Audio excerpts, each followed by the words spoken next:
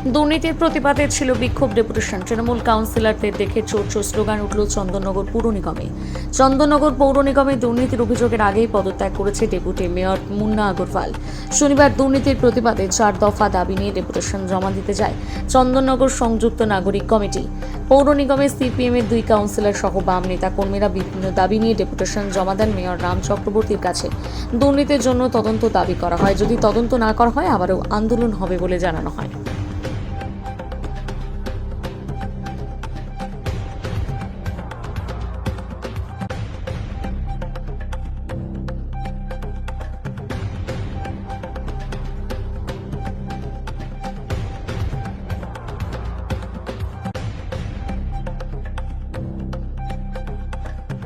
সকলে জেনেছেন যে আমাদের ডেপুটি মেয়র অমিত আগরওয়াল মুন্না আগরওয়াল তিনি পদত্যাগ করেছেন এবং এমনভাবেই দেখাতে চাইছেন উনি যেন নিজে থেকেই পদত্যাগ করেছেন। আমরা জানতে পেরেছি যে ওয়ার্ডের কর্পোরেশনের 21 জন কাউন্সিলর তার বিরুদ্ধে অভিযোগ এনেছেন। আমরা আজকের ডেপুটেশনে এটাই বললাম, যদি তার বিরুদ্ধে অভিযোগ এসে থাকে তাহলে এর তদন্ত একটা হওয়া উচিত। এই তদন্ত আপনি কমিটি গঠন করে তদন্ত শুরু করুন। উনি আমাদের এই কথাতে বলেছেন, আমরা আলোচনা করে নিশ্চয়ই শুরু করব। এছাড়াও আমাদের চন্দননগরে 8 নম্বর ওয়ার্ড ঐতিহাসিক হরিহর শেঠ মহাশয়ের যে বাড়ি, সেই বাড়িকে কেন্দ্র করে বিভিন্ন রকমের কাজকর্ম তিনি 8 নম্বরের যে কাউন্সিলর তিনি করেছেন, তার বিরুদ্ধেও ব্যবস্থা গ্রহণের জন্য আমরা বলেছি। আর আমাদের দীর্ঘদিনের যে দাবি যে যারা অস্থায়ী কর্মচারী, সেই অস্থায়ী কর্মচারীদের স্থায়ীকরণ এবং তাদের যে পিএফ গ্র্যাচুইটি, এই সমস্ত বিষয়গুলো চালু করার জন্যে আমরা লাগাতারভাবে বোর্ড মিটিংয়ে বারবার প্রশ্ন রেখেছি, সেখান থেকে আমরা দাবি রেখেছি এবং সেগুলোকে কার্যকর করার জন্য ইতিমধ্যেই একটা উদ্যোগ নেওয়া হয়েছে। কিছু অংশ তারা এই পিএফের আওতায় এসছে, কিন্তু একটা বিষয় হচ্ছে যে এই যে স্থায়ীকরণ না হলে ভবিষ্যৎ কিন্তু এদেরকে অন্ধকার। এদের কিভাবে করা যায় ধারাবাহিকভাবে এই চেষ্টা করার জন্যে আমরা এই দাবিটা রেখেছি। পাশাপাশি চন্দননগর রবীন্দ্র ভবন, যা চন্দননগরের মানুষের অর্থে নির্মিত হয়েছিল, কর্পোরেশন নির্মাণ করেছিল এবং সেই রবীন্দ্র ভবনকে যথেচ্ছভাবে তারা ব্যবহার করেছে। আমরা বলেছি রবীন্দ্র ভবনের বুকিংয়ের বিষয়ে যে আইন আগে যে ছিল, যে প্রথা ছিল, সেটাকে চালু করতে হবে। মেয়র বলেছেন যে আমরা ইতিমধ্যেই যে আগের যে নিয়মটা ছিল 1 বছরের যে বুকিং, 1 বছর আগে থেকে সেই বুকিংটা চালু হয়ে গেছে ইতিমধ্যেই। আর আমরা বলেছি যে রাজনৈতিক দলগুলোকে যারা বুকিং দিত না, সেই বিষয়টিও পরিবর্তন করার জন্য আমরা বলেছি। আর একটা বিষয় ছিল যে এই যে বিভিন্ন যে কাজকর্ম চলছিল আমাদের পাড়া আমাদের সমাধান সহ, এই কাজকর্মের যে গতি, সেই গতি যেন ঠিক থাকে, এর জন্য যে ব্যবস্থা করার আপনি করুন। তিনি আমাদের আশ্বাস দিয়েছেন এবং বলেছেন যে আপনারা আসবেন এ বিষয় নিয়ে যদি কোনো রকম কিছু থাকে। আমরা বলেছি যে 33 জন কাউন্সিলরের বিরুদ্ধেই তদন্ত হোক, তাতে আমরা বামপন্থী 2 জন, আমি এবং অভিজিৎ, আমাদেরকে নিয়েও হোক। আমরা এই দাবি করেছি। আশা করব যে আগামী দিনে, এবং আপনারা অনেক কিছুই দেখতে পাবেন, যে অনেক ঘটনা এগুলো আগামী দিনে আপনারা দেখতে পাবেন, যে একে এক করে যাদের বিরুদ্ধে অভিযোগ আছে, যারা অভিযোগ করেছেন, তাদের মধ্যেও কেউ কেউ এই দুর্নীতির সাথে যুক্ত ছিল। অতএব এটা আজকে তারা নিজেদের সৎ সাজার জন্যে কেউ কেউ হয়তো আবেদনপত্রে সই করেছে। এইটাই আমাদের বলার। দুর্নীতির জন্য অভিযোগ করতে এসেছেন, সেই দুর্নীতির অভিযোগে একজন তৃণমূল কাউন্সিলর প্রতিবাদ করার পর আপনারা মুখ খুলেন। আপনারা বিরোধী দলনেতা ছিলেন, বিরোধীর লোক আপনারা ছিলেন, তাহলে আপনারা আগে দুর্নীতি, এতদিন পরে দুর্নীতির কথা বলছেন কেন? না, বলিনি আমরা, এর আগেও বলেছি। এর আগেও কর্পোরেশনের মেয়রের কাছে আমরা বোর্ড মিটিংয়ে কোশ্চেন আছে আমাদের, যে অযাচিতভাবে যে একজন বিধায়ক, যা অতীতে কোনো দিন হয়নি, এখানে কংগ্রেসের বিধায়ক ছিল, তৃণমূলের বিধায়ক ছিলেন, তারা ছিলেন, অতীতে কখনো এই যে লাস্ট বিধায়ক যিনি হেরে গেলেন, তার মতো করে কেউ কখনো কর্পোরেশনে হস্তক্ষেপ করেনি। এবং এই দুর্নীতির আসল হোতাই হচ্ছেন উনি। আমাদের প্যারালাল যে একটা প্রশাসন চালানো, সেটা উনি চালু করেছেন চন্দননগরে। এবং আমাদের 17 নম্বর ওয়ার্ডে আমি কাউন্সিলর, আমাদের ওয়ার্ডে যে জ্ঞানজ্যোতিকার পাশে যে নির্মাণ কার্য, সেই নির্মাণ কার্য নিয়ে বারে বারে আমি এখানে চিঠি দিয়েছি, কলকাতায় চিঠি দিয়েছি, পৌর দপ্তরে চিঠি দিয়েছি, যে জমিটা ছিল তথ্য সংস্কৃতি দপ্তরের জমি, সেই জমিকে অন্যায়ভাবে একটা প্রাইভেট সংস্থার হাতে লিজ দেওয়া হয়েছে 90 বছরে, এবং সেখানে বেআইনি নির্মাণ কার্য চলেছে। অনুমোদন দিতে হয়েছে, পৌর দপ্তর নিয়ম অনুমোদন দিয়েছে, কিন্তু সম্পূর্ণটাই হস্তান্তর করেছে, ওটা তথ্য সংস্কৃতি দপ্তরের জমি ছিল।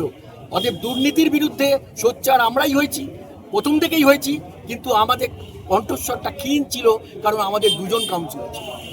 না, অন্যান্য তৃণমূল কাউন্সিলর যেমন একটা ভয়ের বাতাবরণ ওনারা বলেছেন, সেটা কি আপনাদের মধ্যেও কাজ করতো? না, আমাদের মধ্যে কোনো ভয়ের বাতাবরণ ছিল না, কারণ তাদের কাছে আমরা কোনো দায়বদ্ধতা আমাদের নেই।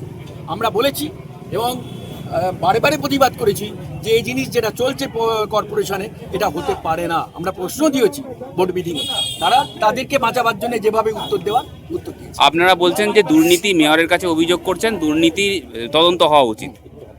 এটা তৃণমূলের গভর্নমেন্ট, মানে তৃণমূলের প্রশাসক বা তৃণমূলের পৌরসভা, তাহলে আপনারা নিজেরাই বলছেন তৃণমূল চোর, আবার তারাই কিভাবে তদন্ত করবে?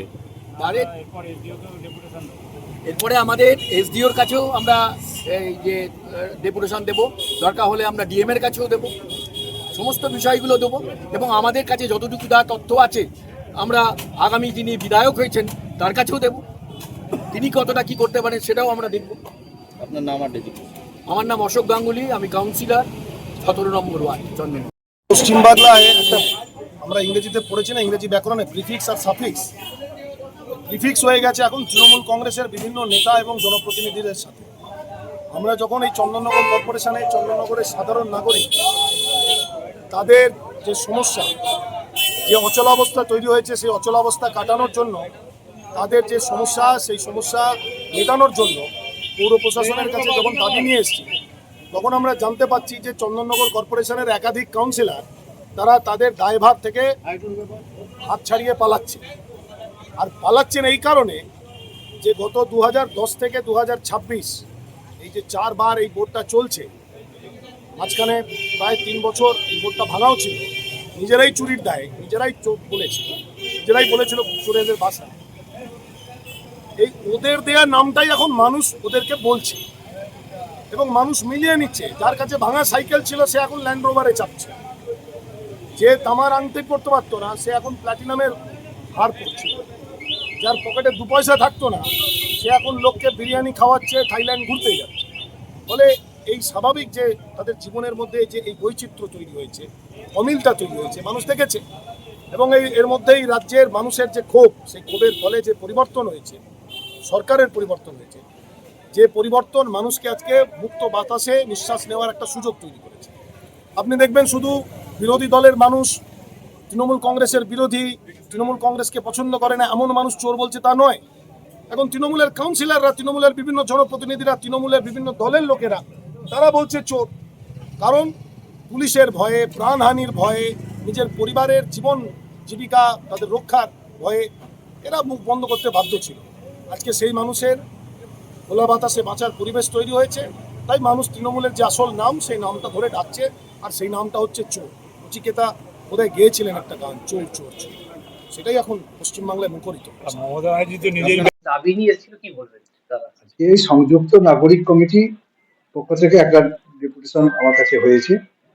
তো ডেপুটেশনে মূলত ছিল যে বেশ কিছু ওয়ার্ডের প্রস্তাব করছে কাউন্সিলরদের বিরুদ্ধে এবং সমাজ মাধ্যমে। তো সেই সম্পর্ক বিষয়ে আমাদের চন্দননগর পৌর নিগমের মহানাগরিক হিসেবে বা আমাদের বোর্ড আমরা কি চিন্তা ভাবনা করছি সেটা আমরা বলেছি। আমরা আমাদের মাথায় চিন্তা আছে, আমরা নিশ্চয়ই সেগুলো তদন্ত করবো, দেখবো। আমাদের স্বচ্ছ ভাবমূর্তি বজায় রাখতে এখানে কোনো রকম দুর্নীতিগ্রস্ত যদি কেউ দুর্নীতি প্রকৃতপক্ষে সঙ্গে যুক্ত থাকে, সিন্ডিকেটই বলুন আর তোলাবাজি বলুন করে, তাকে আমরা কিন্তু রাখবো না। এটা আমাদের দলের সিদ্ধান্ত এবং আমাদের দলের উপজেলার নেতৃত্ব এই সিদ্ধান্ত নিয়েছেন, এবং তাই আমরা তাদের দিতে পেরেছি। অভিযোগ করছে। আর একটা বিষয় ছিল, আর কয়েকটি বিষয় বলতে এটা ছিল, আর একটা ছিল যে আপাস, অর্থাৎ আমাদের পাড়া আমাদের সমাধান যে প্রকল্প, সেই কাজগুলো যারা অসম্পূর্ণ হয়ে রয়েছে সেগুলো হবে কিনা। তো আমি তাদেরকে এটাই বললাম যে আমাদের এই মুহূর্তে আমাদের পৌর দপ্তরে যিনি ভারপ্রাপ্ত মন্ত্রী হয়েছেন অগ্নিমিত্রা পাল মহাশয় একদিন একটা শর্ট ডিউরেশনের মধ্যে একটা ভিসি করেছিলেন, তো তার মধ্যে তিনি বলেছেন যে সমস্ত অর্থ মানে বিল পেমেন্টটা বন্ধ রাখতে বলেছেন।